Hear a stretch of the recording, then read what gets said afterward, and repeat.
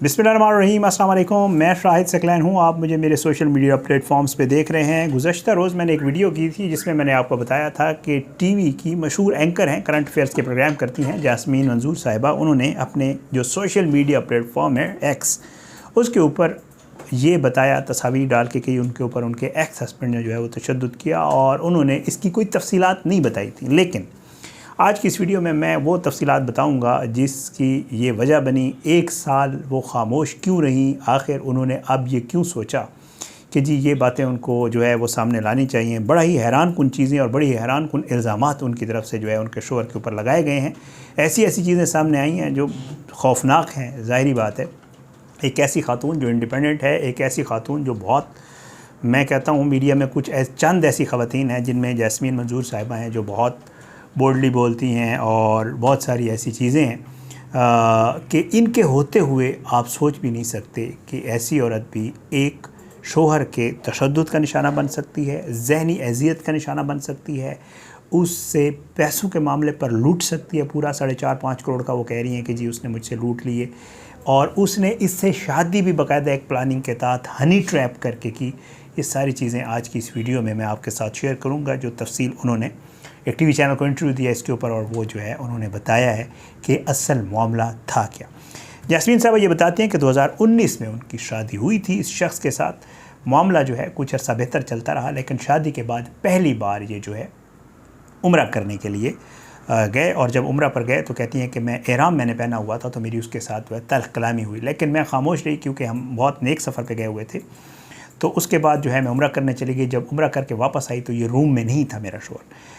फिर ये बाद में रूम में आया, इसने दरवाज़ा वगैरह बड़े ज़ोर से बजाया, वापस आया, इसने अपना पासपोर्ट उठा लिया। पासपोर्ट उठाने के बाद इसने मुझे जो है वहाँ मेरी तल्ख कलामी हुई इसके साथ। ये जाने लगा, मैंने इसको कहा कि ये सऊदिया है, यहाँ पे तुम्हें अगर इन्होंने पकड़ लिया तो तुम्हें नहीं छोड़ेंगे, और तुम अपना रवैया देखो, तुम मेरे साथ क्या कर रहे हो और हम किस सफ़र पे आए। कहती है वहाँ से वापस आई तो मैंने वालदा को बताया कि ये हुआ है, और मैंने उन्हें कहा कि जी मैंने इसके साथ नहीं रहना। लेकिन वो कहती है मैंने इसको वहाँ से वापस आके घर से निकाल दिया। ये चला गया। 2-3 दिन के बाद ये कहती हैं कि जी वो वापस आया, और वापस आने के बाद ये कुरान पाक ले आया, मेरी वालदा के पाँव पे हाथ रखे और मुझे कहा कि जी आइंदा ऐसा नहीं होगा, मुझसे गलती हो गई। उसने अपनी गलती की, इमोशनली ब्लैकमेल किया, और ब्लैकमेल करने के बाद जो है ये दोबारा मेरे साथ रहना शुरू हो गया।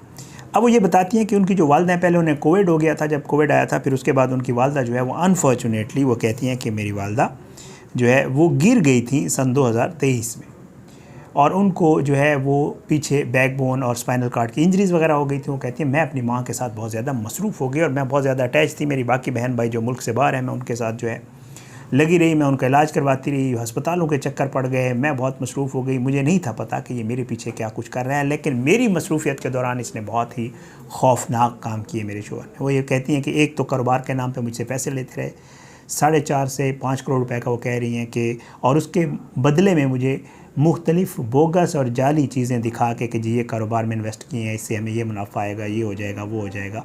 उस दौरान जब ये मैं अपनी माँ के साथ लगी हुई थी, हॉस्पिटल्स में थी। फिर वो कहती हैं कि इस दौरान उसने एक ये किया। दूसरा उसने कहा कि मुझे बाद में पता चला कि जी इसने एक खातून है जो पिंडी की रिहायशी है, उसके साथ इसके नाजायज़ ताल्लुकात थे। ये उसके साथ लगा रहा, ये उसके साथ उसके घर आता जाता था।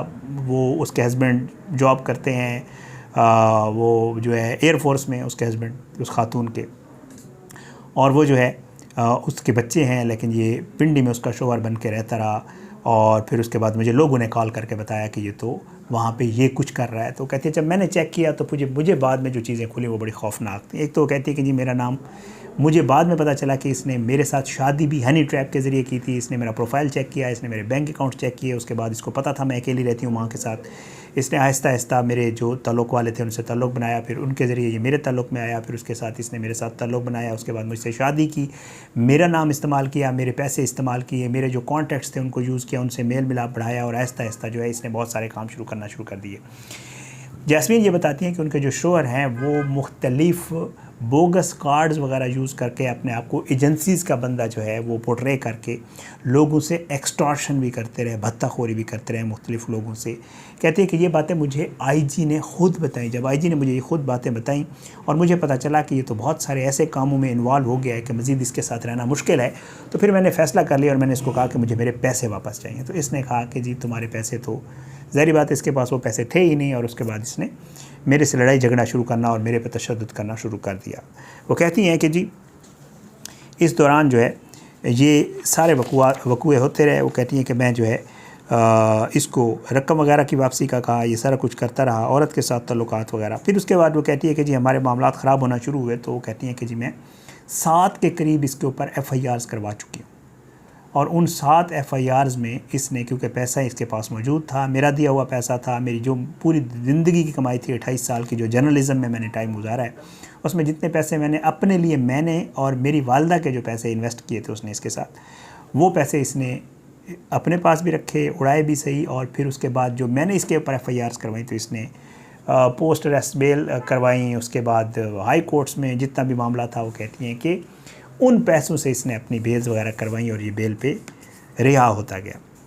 उसके बाद वो कहती हैं कि जी ये जो है, अब वो जैस्मीन मंजूर साहबा का ये कहना है कि जी अब जो है वही पैसे 12-13 लाख रुपए दे के जो है ये अब बाकायदा तौर पे हॉस्पिटल में एडमिट है, और 6 माह से ये पुलिस से बच रहा है कि जी मैं बीमार हूँ, और वहाँ पे ये अस्पताल में पड़ा हुआ है और ये सारी चीज़ों को फेस नहीं कर रहा, बल्कि वहाँ अस्पताल में मौजूद है। उनका कहना ये था कि 1 साल से मैं खामोश थी और मैं इसी फेज़ में थी कि मुझे ये खुल के बात करनी चाहिए, इसके ऊपर नहीं करनी चाहिए। मुझे मेरी एक अपनी प्रोफाइल है, मेरा मीडिया का एक नाम है, अगर मैं ये चीज़ें शेयर करूँगी तो कहीं ऐसा तो नहीं है कि वो मेरे लिए और ज़ाहिर है वो बेहतर ना हो। लेकिन वो कहती हैं कि फिर मैंने सोचा कि यार अगर मेरे शेयर करने से मेरे साथ जो मामला चल रहा है, जितने मैं पुलिस थानों के चक्कर लगा रही हूँ, जितने मैं मेरे साथ जो कुछ चल रहा है, जितना मैं अदालतों के चक्कर लगा रही हूँ, और जिस फेज़ से मैं गुजर रही हूँ, जितनी अजियत का मैं शिकार हूँ, अगर मेरा ये सब कुछ बताने से, मीडिया पे आने पे, सोशल मीडिया के आने पे जो है अगर किसी और ख़ातून की ज़िंदगी बच सकती है,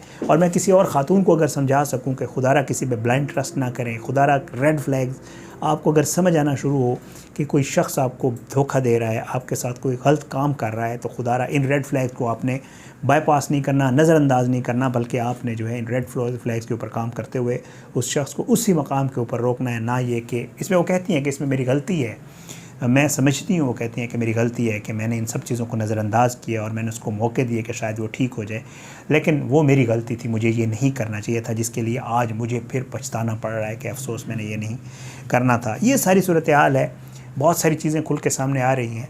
मैंने कल भी आपको जब ये वीडियो की थी तो मैं आपको यही बात की थी कि मैं हैरान होता हूँ कि अगर इस तरह की ख़वातीन जो प्रैक्टिकल ख़वातीन हैं, जो प्रोफेशनल हैं, जो बाकायदा तौर पे टीवी चैनल्स पे आती हैं और इतने मतलब प्रोग्राम्स वगैरह करती हैं, अगर उनके साथ इस तरह के मामलात पेश आ सकते हैं, अगर वो किसी से ट्रैप हो सकती हैं, अगर वो किसी के तशद्दुद का शिकार हो सकती हैं, अगर वो किसी से लूट सकती हैं, कोई उसके साथ फ्रॉड कर सकता है, तो मेरे ख़्याल से जो आम ख़वातीन हैं, जो घरों में रहने वाली हैं, उन बेचारियों के साथ क्या कुछ हो सकता है, क्या कुछ हो रहा है, आप भी देख रहे हैं, मैं भी देख रहा हूँ। तो ये ऐसे मामलात हैं जिनके ऊपर बात भी होनी चाहिए, जिनके ऊपर मेरे ख़्याल से हुकूमत को और इदारों को भी एक्शन लेना चाहिए, और इन चीज़ों को प्रॉपर इन्वेस्टिगेट करके जो लोग ये करते हैं उनको ज़रूर सज़ा देनी चाहिए, ताकि इस तरह के मामलात जो है वो ख़वातीन के साथ पेश ना आए। ये तफसील आई थी, मैंने कल इसके ऊपर इनिशियल वीडियो की थी, मैंने कहा आपके साथ शेयर कर दूँ। अपनी दुआ में याद रखिएगा, इजाज़त दें, इंशाअल्लाह अगली वीडियो में मुलाकात ज़रूर होगी, लेकिन बशर्ते ज़िंदगी। पाकिस्तान जिंदाबाद। अल्लाह हाफ़िज़।